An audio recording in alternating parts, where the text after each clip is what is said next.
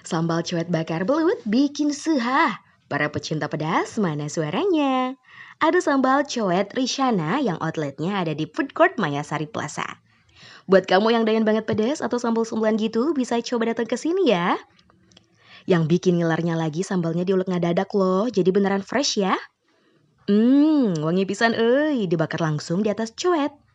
Nah, variannya ada sambal cowet bakar ikan cuek. Yummy-yummy gitu. Ada juga sambal cowet bakar cumi. Nyelengseng sampai nabrak hidung.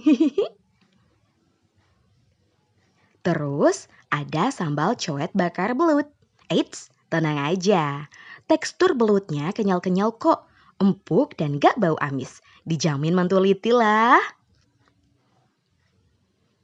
Dan harganya murmer alias murah meriah. Hanya